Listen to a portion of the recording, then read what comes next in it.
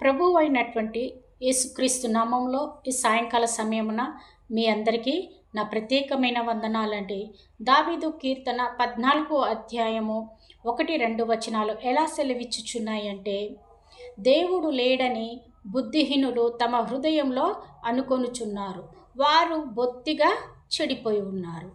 అంటే దేవుడు లేడని ఇష్టానుసారంగా జీవించేటువంటి వారు నశించిపోతారు. దేవుడు లేడని వారి వారి జీవితాలను వారు ఇష్టానుసారంగా ఇష్టమైనటువంటి దారిలో క్రమము తప్పి అక్రమముగా జీవించి వారు నశించిపోతారు.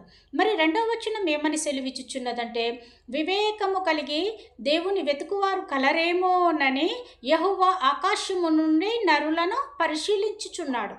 అంటే వివేకము కలిగి, తెలివి కలిగి, జ్ఞానము కలిగి దేవుని వెతుకుచున్నారేమో అనేసి దేవుడు ఎవరిని పరిశీలిస్తున్నాడంటే నరుణ్ణి పరిశీలిస్తున్నాడు.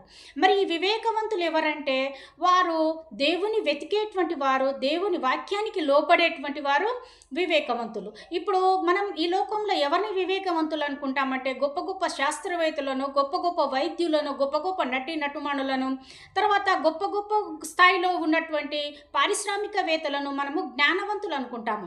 కానీ నిజమైన జ్ఞానవంతులు ఎవరంటే వారు ఏ స్థితిలో ఉన్నప్పటికీ, ఏ పరిస్థితిలో ఉన్నప్పటికీ వాక్యమును లోబడుచు భూమిని ఆకాశమును సృజించిన యెహోవాయే మన దేవుడని, భూమిని ఆకాశమును సృజించిన యెహోవాయే మన రక్షకుడని ఎవరు జ్ఞానము కలిగి దేవుని వాక్యానుసారంగా నడుస్తూ వేకువజామున లేచి దేవుని వెతుకుతారో వారు మాత్రమే గొప్పగా వర్ధిల్లుదురు కాక. ఇట్టి వాక్యమును దేవుడు దీవించును కాక.